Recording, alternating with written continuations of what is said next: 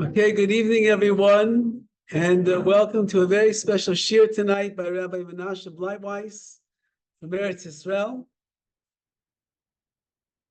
A few months ago, a very prominent Rosh Kollel from Israel was sitting in my office, and he said to me, we met, the last time we had seen each other was during the month of Elul, and now we were seeing each other after Simchas Torah.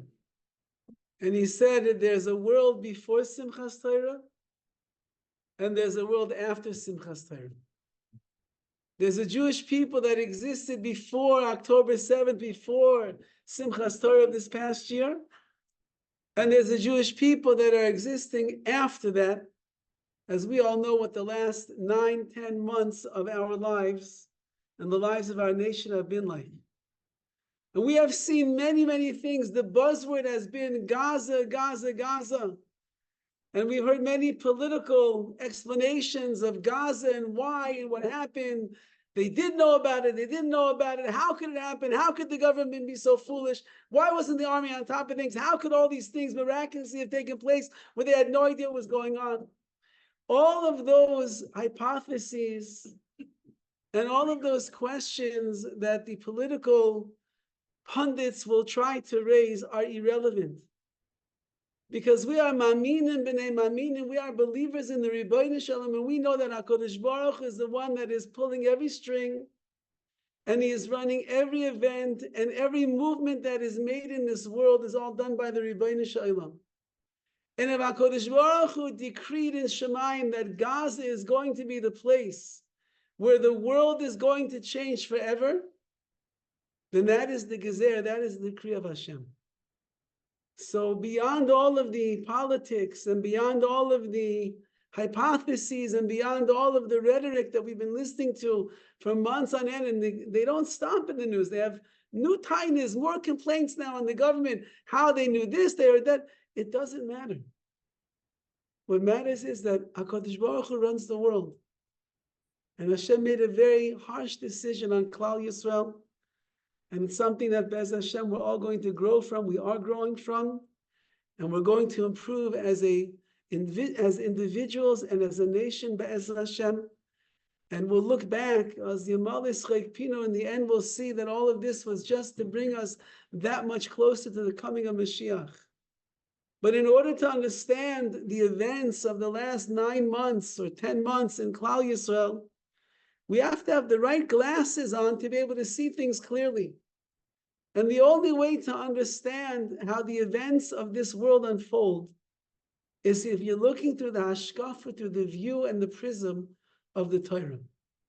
And if you want to understand Gaza and why Gaza and what is significant about Gaza, you're not going to find it on CNN or Arutz Sheva. It's not there. It's only in the Torah.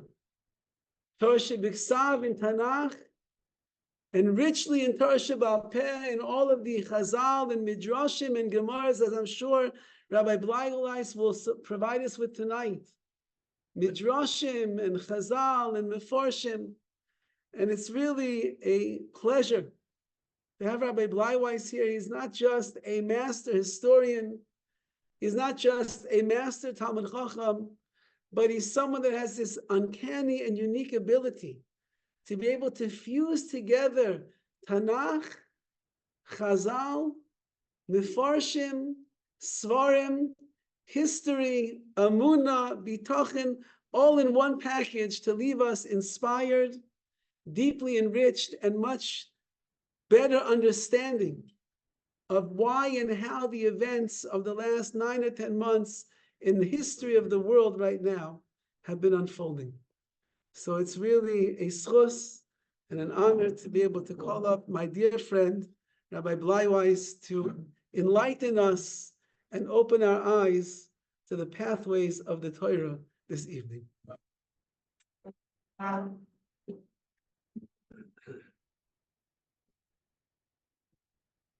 Thank you, Rishus Rabbi Horowitz. Thank you. The downside of a podium and this elevation here is that it might make things less Hamish. I do have what to say tonight. You'll be shocked. But I invite questions of intelligence as we go. I hope to be controversial. and to indeed try to frame things a little differently than we're used to hearing, certainly from a Torah perspective. I'm not a Navi, I'm not a Ben Navi. I don't know exactly how things are exactly weighed. I know that in the religious world, we have a tendency correctly to try to find the good, and there is good. There have been responses that are inspiring.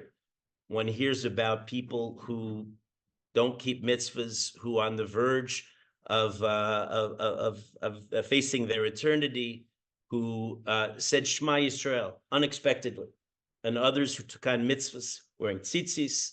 There was a whole campaign, perhaps you were involved in it, of sending tzitzis out to soldiers. Somebody from Beit Shemesh, who I know, had an entire organization trying to donate tefillin to soldiers, to anybody willing to commit to wearing the tefillin for a sustained period of time. Many people, we hear stories about people being choser b'tshuva, people taking on certain commitments to mitzvahs and other correct responses. That's how Jews react to tragedy. I don't know what's representative.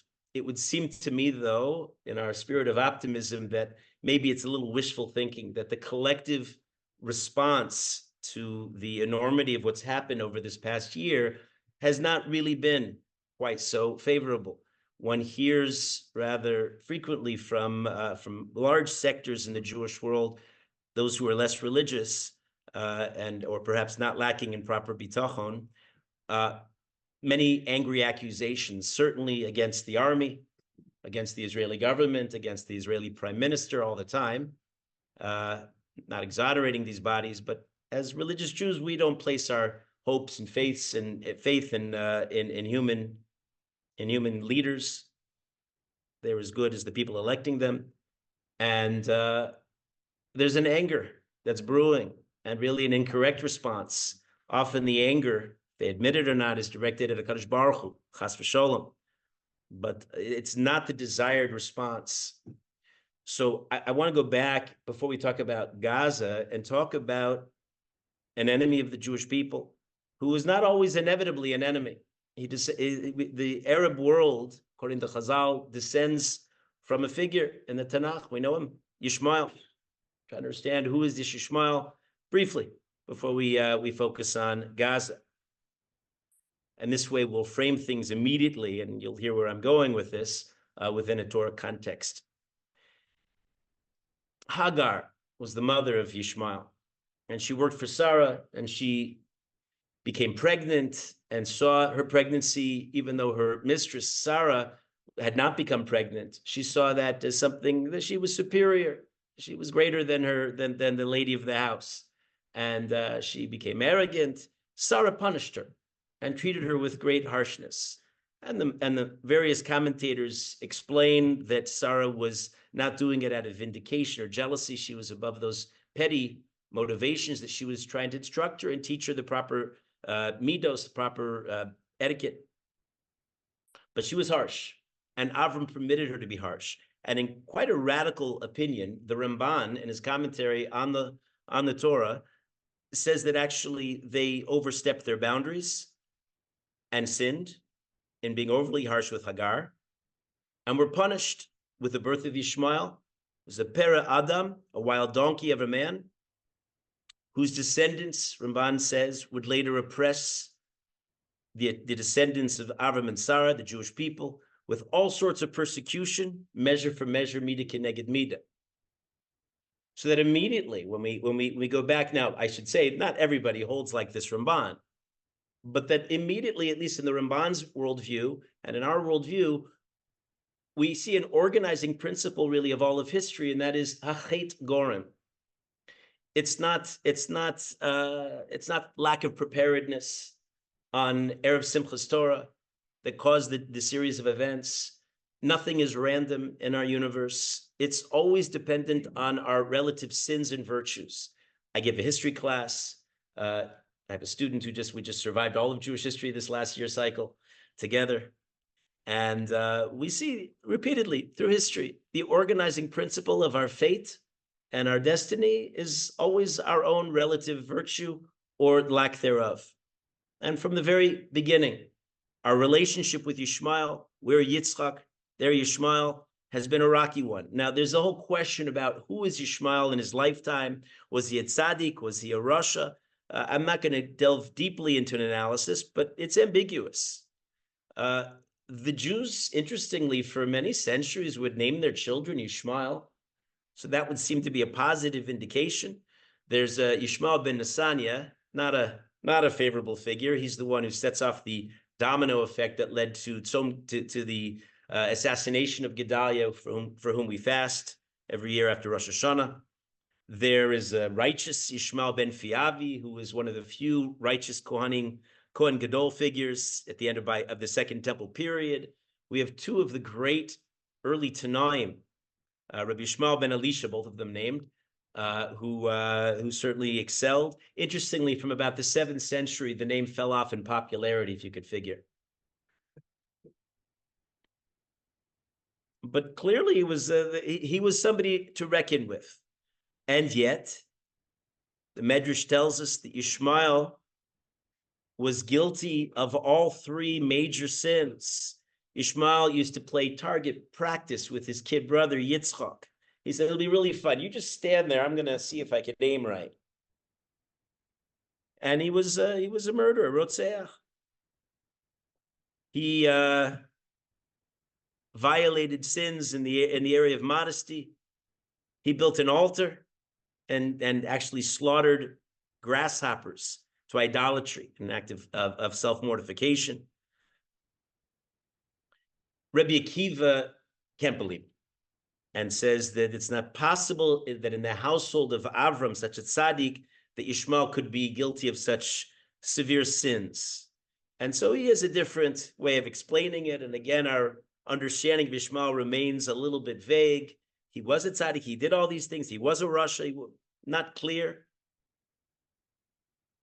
We do know that in history, not all of his descendants would be evil. There's a medrash that tells us about a certain Yishmaeli who sold a donkey to the students of Shimon ben Shetach in the Second Temple period. They themselves, at the time, quite impoverished. And when they discovered that the donkey had around its neck a diamond hanging, they said, Rabbi, they said to Shimon ben Shetach, we got rich. And it's true, technically, the halacha is that there is no obligation of a Shavas Aveda of returning a lost item to a non-Jew. Shimon ben Shetach says, you'll return the diamond immediately, and you'll do a Kiddush Hashem, you'll sanctify Hashem's name in the process. And they said, Rabbi, we're hungry. He said, return the diamond. They returned the diamond. This Ishmaeli, this Arab, blessed the God of Shimon ben Shetach.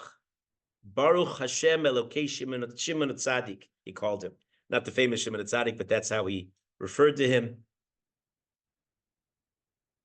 We know that if you did a comparative religion discussion, you would see how closely aligned the religions of Judaism and Islam, of course, the one most closely associated with Yishmael, would be. Their 5 pillars are virtually plagiarized from many of our major principles. So there is this dynamic, then a contradictory one too. I've had the experience, don't know if you've traveled around Eretz Yisrael much, but I got a cab ride for nothing. I was guiding Masada, and I missed the bus, and I was heading back to Or Sameach, and I would be late for my classes. And he just done giving somebody a ride down to Masada and was driving back to Yerushalayim anyway, where I needed to go. And he said, can I give you a ride? I said, look, it's not worth, whatever you're going to charge me will be exactly the fee I just made guiding Masada. It's not worth it to me to pay. He said, well, how much can you pay? I said, I don't want to insult you. He said, whatever you want to pay me, I'll take. And we had a perfectly lovely ride back to Yerushalayim, discussing family values and many of the other commonalities that we have between our religious worldviews, this son of Yishmael and myself. And yet we also hear that sometimes people who work in the local makolet, as let's say was the case in Har Nof, suddenly can get a vision from Allah and the next day commit the Har Nof massacre, which is also possible. It's a wild card. Pera Adam, a wild man.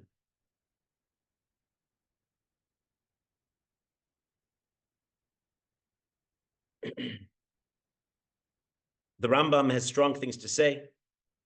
He takes down the Christian world. He says he talks about Yoshka as a divisive inciter to idolatry. He refers to the Meshuggah, the crazy man of the Ishmaelim. That's a reference to Muhammad. Rambam has a very strong statement. If somebody could explain this one to me, I don't have pshat. It's in the Igeres Teman, the famous letter that he wrote to the Yemenite Jews. He said, no other nation has caused such evil to the Jews, writes the Rambam. Now he personally suffered. His family was evicted from his native Spain by the crazy Almohads, and they ran to Fez, Morocco, and guess what? The Almohads followed them. And he was a refugee from them, so he certainly suffered. But no nation, not Esav? That's a hard statement to understand, but okay. He says the nation of Yishmael has oppressed and persecuted the Jews.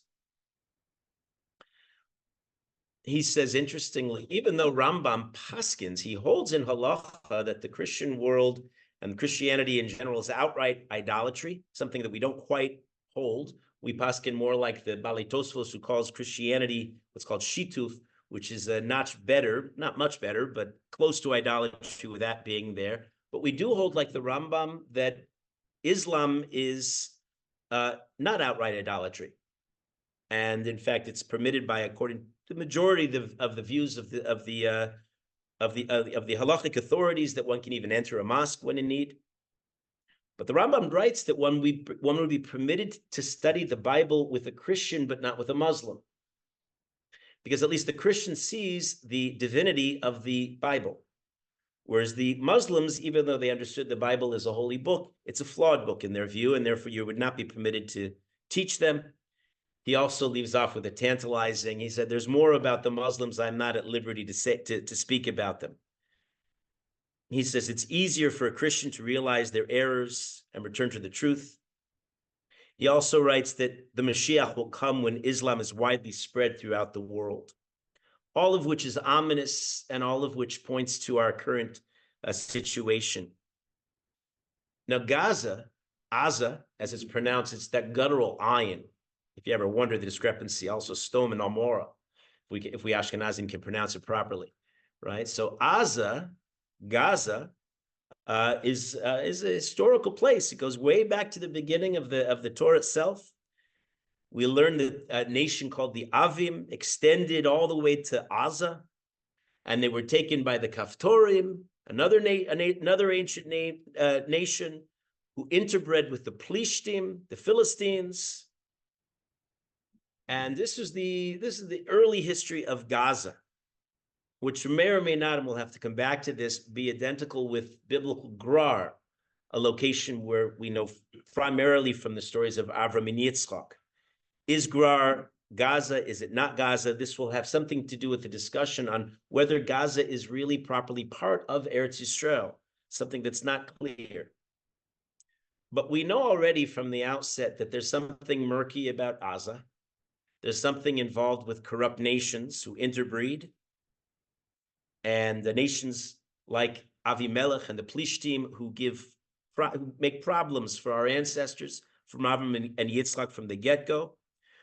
Nevi'im talk about Gaza in ominous terms. Amos says, "V'shilachti eish b'chomos Gaza." I sent fire, says Hashem, in the casemate walls of Gaza, v'achla armonoseh, that consumed its mighty fortresses. Zephaniah says, "Ki Gaza azuva." Gaza is desolate. Tihiyeh. It's interesting today. There's a movement again among the certain population of people who once lived in Gaza, Jews, who promote a settler program. They'd like to go back into Gaza. It's interesting. Gaza has always been associated with this kind of desolation. It wasn't just Jabalia and the other refugee camps that gave it that name. We learn about Gaza as one of the 5 cities, the Pentapolis of the Plishtim, the Philistines. I should say something about the Philistines. That's an ancient people. If you know your Tanakh, so the Plishtim were the big bad guys for the Jews through a big swath of the Tanakh. And they, together with almost all the other biblical nations, disappeared. Uvas Sancheriv, Bilbel Umos, Sancheriv came along near the end of the First Temple period and confused all the nations. So we can't identify properly who the Philistines are, much less Moab and Ammon and many of the other ancient nations in the world. So if you, unless you're not familiar with, perhaps you're familiar with this, but if you don't know this, you hear the word Plishtim and you think, oh, that just sounds like Palestinian, no? And you'd be correct. Hadrian, the first bearded Caesar, the one who destroyed, crushed Bar Kokhba and built up what we think of as much of the old city today. So the same Hadrian was looking, he was in the market for a name for the country. The name in his days, the country was known as Yehuda, Judea, and he was not interested in that. He wanted to get rid of any vestige, any memory that the country would be associated with the Jewish people. And he picked on Palestina, a variation of the Plishtim, because it was a neutral name. After all, nobody was alive who could identify reasonably as a Philistine anymore, as a Plishtim. And so he chose the random name Palestina, a Roman variation of that, and the name stuck. That's where Palestine came from. There were no Palestinian people until the 20th century. Nobody identified as such, no nationality as such. Golda Meir once got into trouble saying there is no Palestinian people. Okay, you could pick at that statement because historically that's right. People might be familiar. In 2017, if I remember the date correctly, somebody came out with a thick, very impressive looking book called The Ancient History of the Palestinian People, with opprobriums written on the cover and look very, very scholarly. Inside the book are all blank pages. Familiar with this? Okay, you'll look it up. But the book is accurate. There isn't an ancient history. Is that statement correct? Today, for better and for worse, there is a Palestinian people. How are we going to deal with that? In any event, that's where the word Plishti is associated with the Gazans. The 5 cities were Gaza, Ashkelon, and Ashdod, and Gat and Ekron inland. And they figured through the Tanakh. Shimshon HaGibor, famously Samson, will be brought to Gaza. And most famously, at the end of his life, he was put to work grinding the grain. There's the famous scene with the masses of men and women assembled in their temple on the rooftop celebrating his capture, and they offer to their gods, to the Dagon. His hair grows back, his strength returns. They don't realize this. He pulls with superhuman strength 2 pillars together, and the entire temple collapses. Everybody present dies. He dies as well. He kills more, says the pasuk, in his death than during his lifetime. David HaMelech would later conquer Gaza. So it was, at least for periods, certainly within the borders of Eretz Yisrael. And we hear about Gaza. We hear of it as Jewish settlements, alternately in the various powers. Pompey gave it to Herod. We hear about it in the Muslim period. Crusaders took it from the Fatimids. And there were Jews, and sometimes great Jews. Rav Yisrael Najara, who is from a family of refugees from the Spanish expulsion, and who learned by Rav Chaim Vital, the student of the Rizal. He eventually led his later years in Gaza. Probably he's a famous Makubal, Kabbalist, but probably more famous, he was a Paitan, and you know him. In a couple of days, we'll probably sing his song, Kari Bon Olam. More infamously, there was a figure by the name of Nosson Binyamin from Gaza, who would be the PR man for our false messiah, Shabtai Tzvi. And the story of Gaza would actually be quite significant in that day because that was their power base. And when Yerushalayim, the holy Jews of Yerushalayim, rejected Shabtai and took a stand against him, they said, no problem. Yerushalayim, Hashem has decreed, is no longer the center of the Jewish people. Gaza is, and that became their base. Didn't work out for them. There were Jews periodically. There's an old shul. Maybe you saw pictures of it when the soldiers returned, mostly vandalized. The British took it in 1917. There were about 50 families in 1929 when the riots broke out, Tarpat, and about all of them left. And we hear of it in the modern era as well, and we'll get to that shortly. Let's consider, is Gaza part of Eretz Yisrael properly? And the answer is we don't know, although some will be very definitive in saying yes. if you visit, and has anybody been to the Gush Katif Museum, established in 2008 in Machane Yehuda? Interesting stop. We went, no? They tell the story, and they're very assertive that it is part of the boundaries. But if you learn the sugi of the Gvulos, so the boundaries of Eretz Yisrael, the poskim are not resolved. One of the three poskim who actually draw maps in the modern era of the different borders, the borders of those who came up from Egypt, the Ole Mitzrayim, those who came back from Bavel, the Ole Bavel. According to the Admas Kodesh, Gaza's out. He says it's unambiguous. Others say it's a little ambiguous. Based on a Rambam, we don't know for sure. Rav Herschel Schechter from Yeshiva University argues that absolutely Gaza is within the borders of Eretz Yisrael. He says that, very interesting proof. He assumes that Grar, biblical Grar, where Yitzchak went, is Gaza. And we also know that Yitzchak, as the Olet Tmima, as the pure offering, was never permitted to leave Eretz Yisrael, and yet he went to Grar. So that would be a very strong proof, except it's not clear that Grar is Gaza. So we go into the cyclical thinking.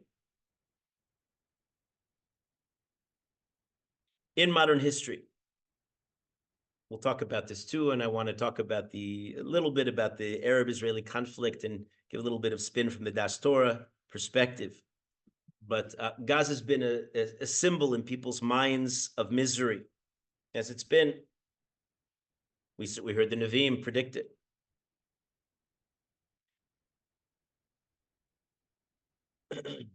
From 48, the Egyptians controlled the city and the area around it, and then that was the area that was referred to as the Ritzuaz, the Strip, the Gaza Strip, Gaza being a city, but now being an entire region. In the first decade of the Israeli state, the Arab League appointed Palestine as a government, but it was ineffective, to put it mildly, and it was dissolved. An organization was founded there in 1964 called the PLO by a certain figure named Yasser Arafat, and he claimed to rule Gaza. He didn't. Very few did. The state of Israel invaded in the Six-Day War in 1967, and sometime thereafter, the settler movement under the Gush Emunim started building settlements in Gaza. Anybody actually visit Gaza in that period from the 1970s, 80s, 90s? Interesting place. I was zocha to go in my tour guide class in May of 2005. And those of you with historical awareness realize the significance of that date. 2005 was 3 months before the withdrawal from Gaza. And when we went, we learned a lot about historical Gaza. We learned that Kfar Darom was actually a place of Torah scholars in the Talmudic period. Kfar Darom, which was an impressive place when I saw it.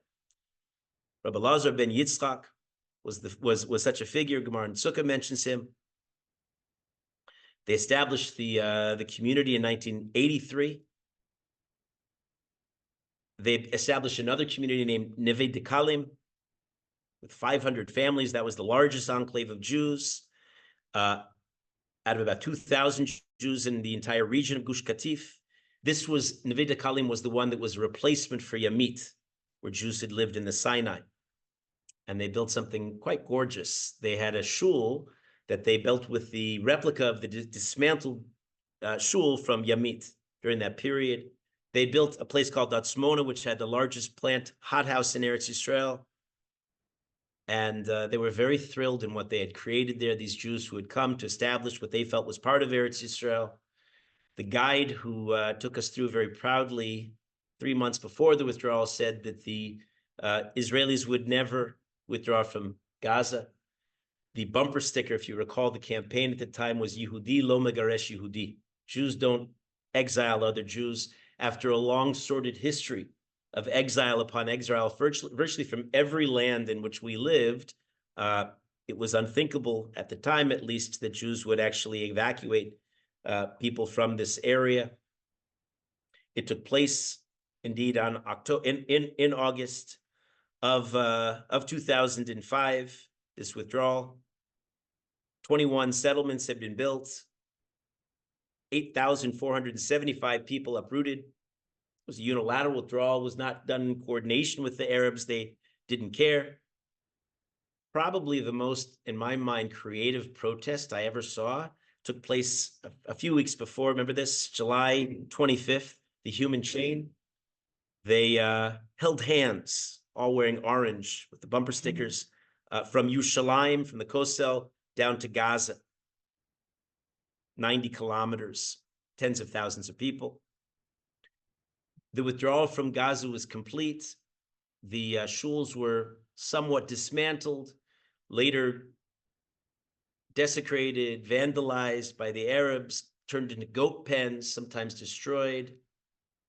Consistent with their ancestor, the wild man, they destroyed the state-of-the-art hydroponic industry that existed there. They had many different industries, and instead of trying to consider a livelihood for themselves as a way of forging a brighter future, no, they wanted to go and destroy anything that the Jews had created, and they succeeded. And a lawlessness moved in.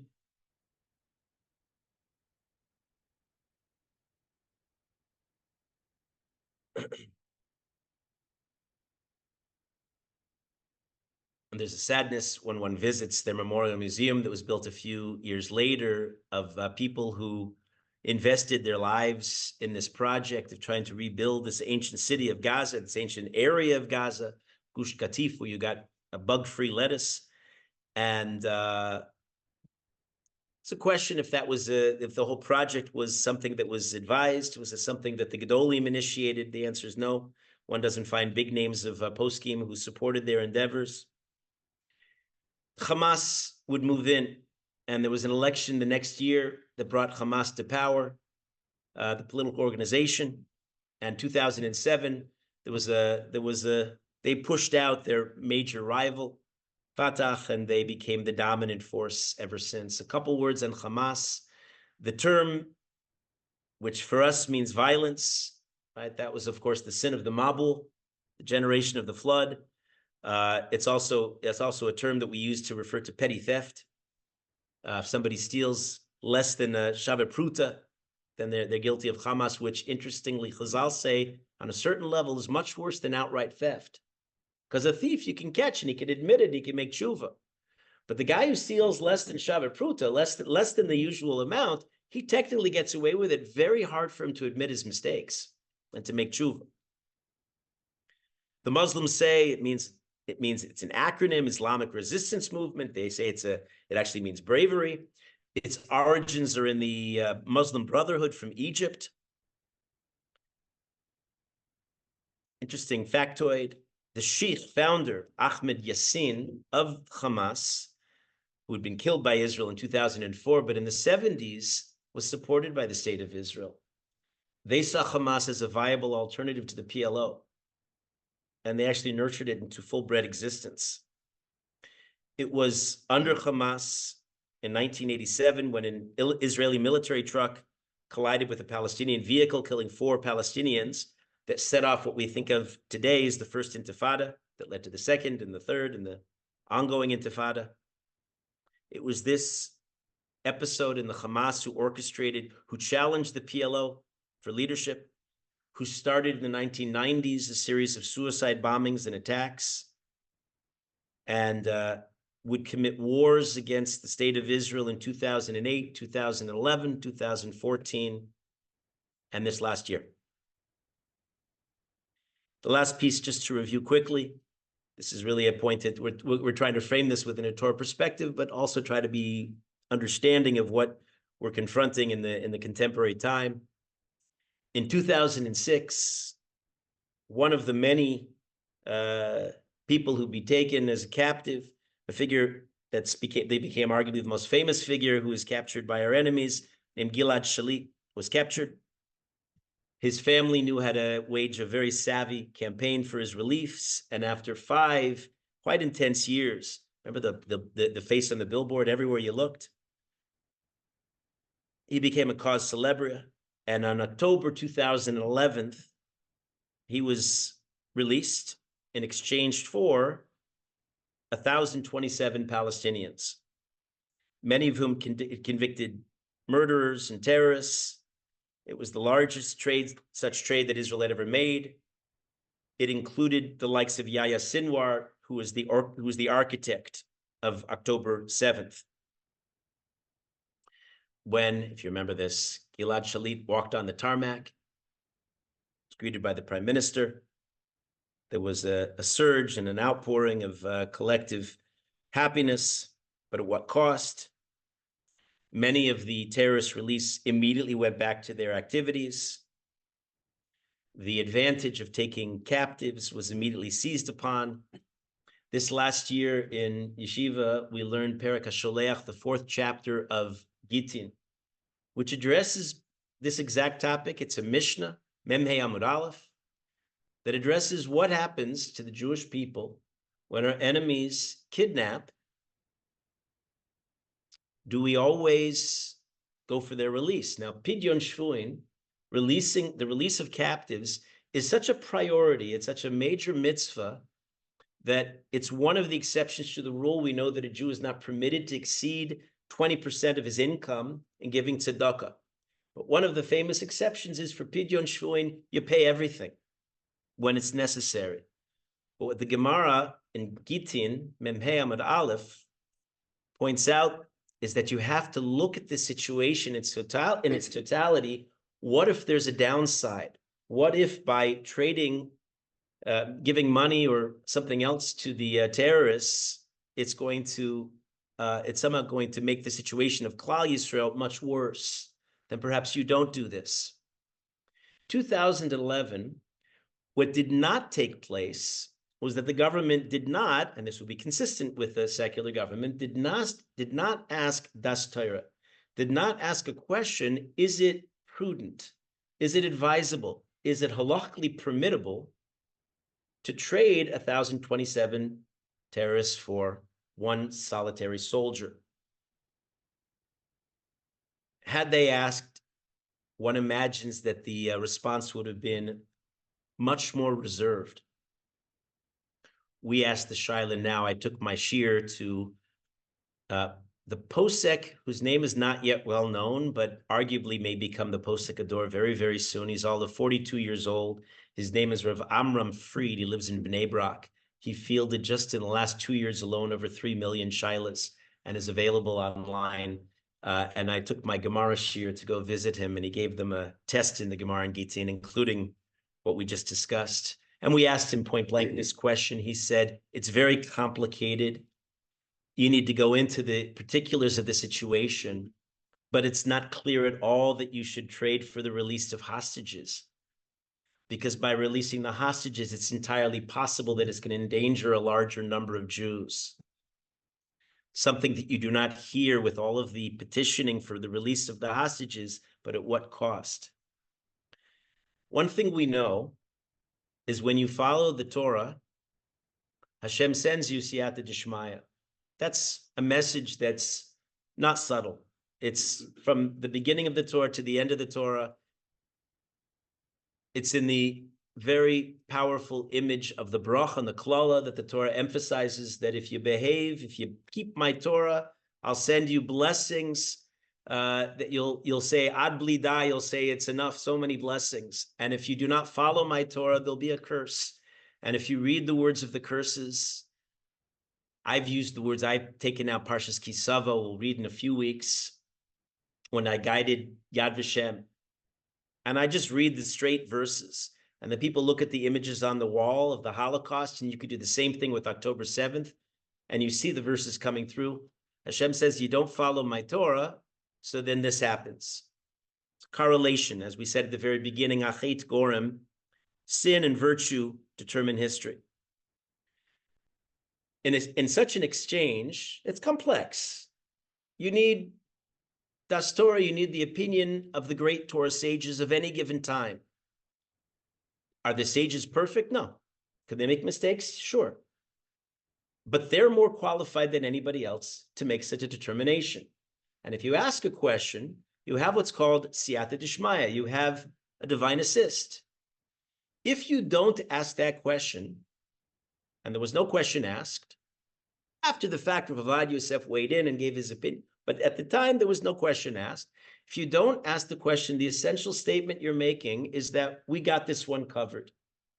As Bar Kochva says, Lo tichso, don't help me and don't embarrass me, Hashem, I'm on my own.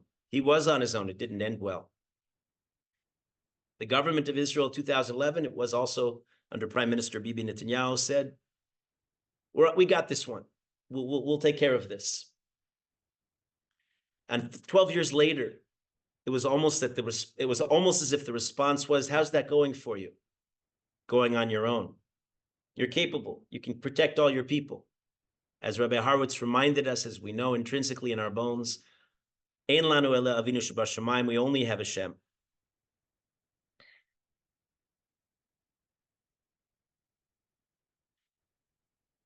Asserting, as I am, as Chazal do, that everything is about us, about our relative virtue, our relative sin, is very controversial.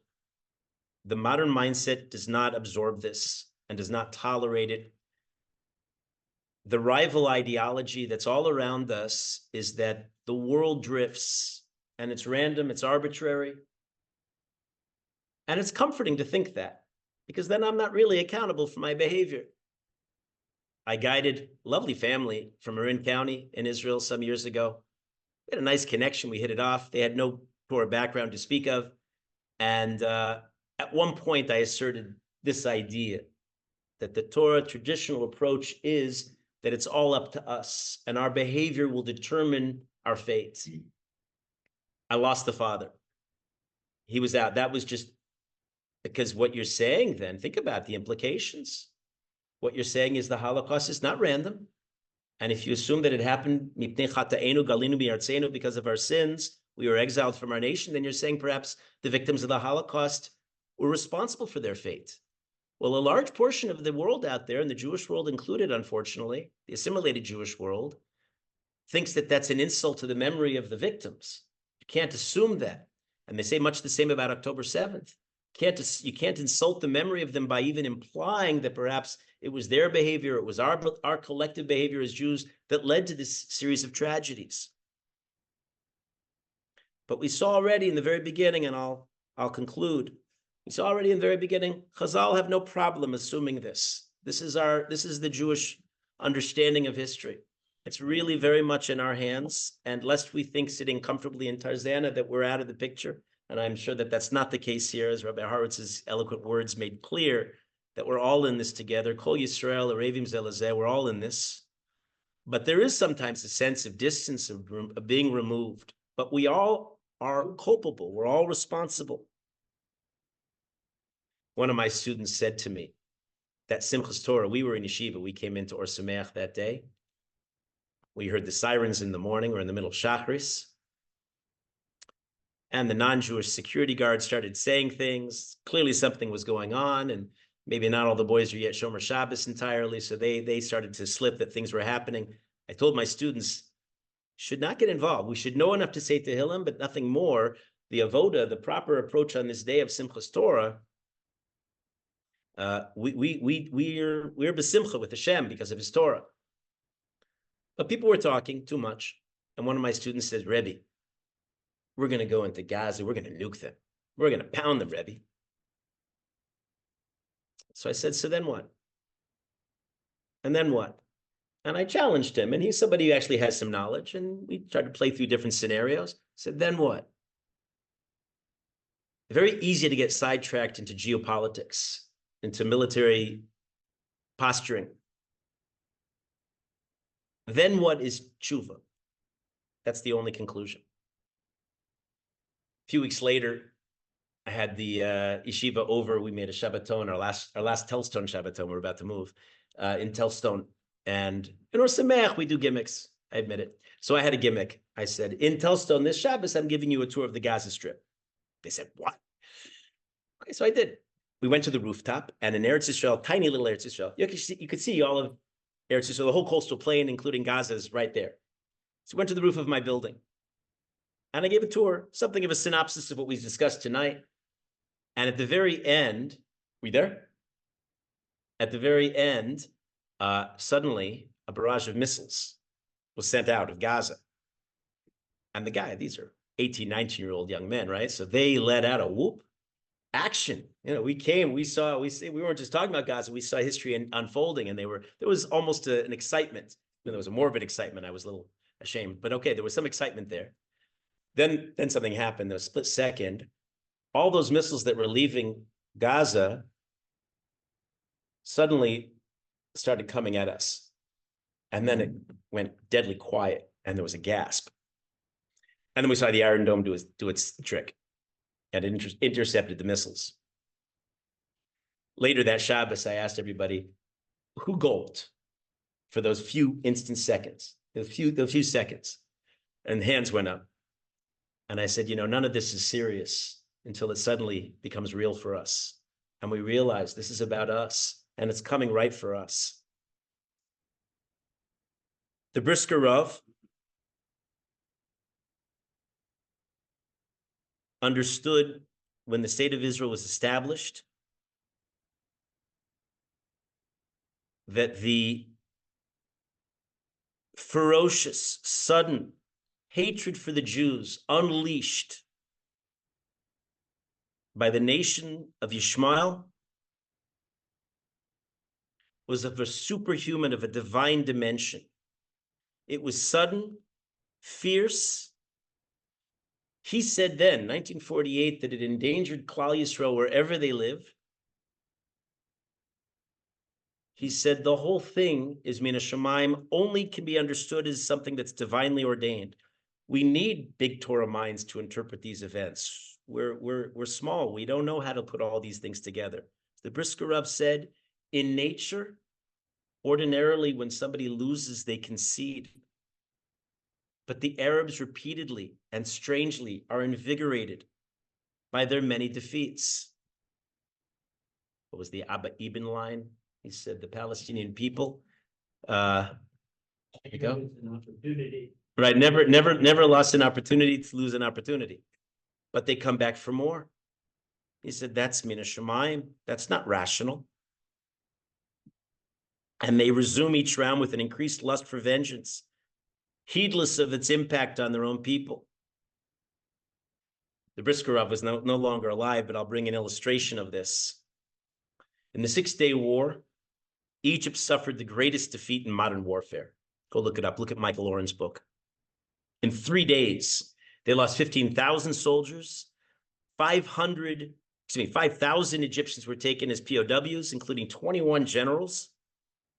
They lost 15% of their military hardware worth over $2 billion, 320 tanks, 10,000 vehicles, 85% of their aircraft, all of the bombers. And the President Nasser declared the only way ahead is war, to illustrate the Brisker Rav's point. The suicide bomber, now a fixture of militancy around the world, mostly Islamic, was invented against the Israelis. It defies any this worldly explanation, even in terms of classical Islam, if you study it. And the Brisker Rav said, therefore, what we're meant to do is look around and say, this doesn't make any sense. The only thing this could point to is our need to make tshuva. Are you left sometimes with your head spinning? The Israeli army can be criticized on many, many different levels. But one thing that's accurate about the Israeli army that you can say in a very understated way, they're not genocidal. How many times have soldiers fought with their hands tied behind their backs, trying to avoid civilian casualties, sometimes dying in the process? And yet somehow the accusation of genocide sticks. The Brisker Rav says, this is from Hashem. And the message is, let's take this to heart. So we should take this to heart, and what should have happened and what should be happening, and we're, of course, the agents for this, is that we need to look inside and we need to look at what's ill in Klal Yisrael. And it's simple. Am Yisrael needs to keep the Torah. We need to work on our midos and our shmiras and mitzvahs and be Shulchan Aruch Jews of the highest caliber. We need to learn Torah. The irreligious Jews, that's easy to point to. They're not doing their part. religious Jews have our own pekala. There's collective need for all of us. That, to my understanding, is the way to frame everything from a Torah perspective. If there are questions or thoughts or snarky comments, I'm interested. I went over time. Yeah. Okay. Yeah. He stated the Palestinians were not around as people until the 20th century. So Not as any known entity. They were part of, if you would have asked, let's say, teleporting back 120 years or so, they'd be part of the greater Ottoman Empire, the Syrian Arab Empire. The term Palestinian per se was not used. The people were more tribal and clannish. But do you think there's an imperative or an obligation the diaspora Jews to be in Eretz Israel before Mashiach? Well, I wouldn't answer this in the first person because my opinion doesn't matter for much. But there's a machlokus in the poskim and the Rishonim and Achronim about whether there's a live obligation to move to Eretz HaKodesh. The Rambam doesn't seem to count it in his list in the Sefer Mitzvos of the Taryag Mitzvos. And there's different explanations about, is that an obligation on Jews? The Ramban most emphatically does. The Rav Moshe Feinstein held that it was a mitzvah kiyumis, meaning, in other words, if you go, you're doing a mitzvah. If you don't, you're not neglecting a mitzvah. It's hard. A lot of Westerners come, and maybe some of this describes your situation. A lot of idealistic, fine people come, have a hard time, and leave bitter. That's not advised. You should come with the knowledge of what you're about to face. The Gemara in Brachos tells us that Shloshet Dvarim Niknim B'Yisurin, 3 things are acquired with suffering: Eretz Yisrael, Torah, and Olam Haba. Many people can testify to that, so be aware of what's involved. I used to be, as a Rebbe, much more gung-ho and pushing this topic. I've toned it down ever so slightly. My feeling now is that wouldn't it be great if wonderful, idealistic Shomi Torah and Mitzvos would move there? How that would elevate all of Klal Yisrael. Concentrate all of our efforts in one place, the place that counts most. But is there an absolute imperative? I don't think we hear that from the poskim these days. Okay. Thank you. Thank you, Rabbi Horowitz.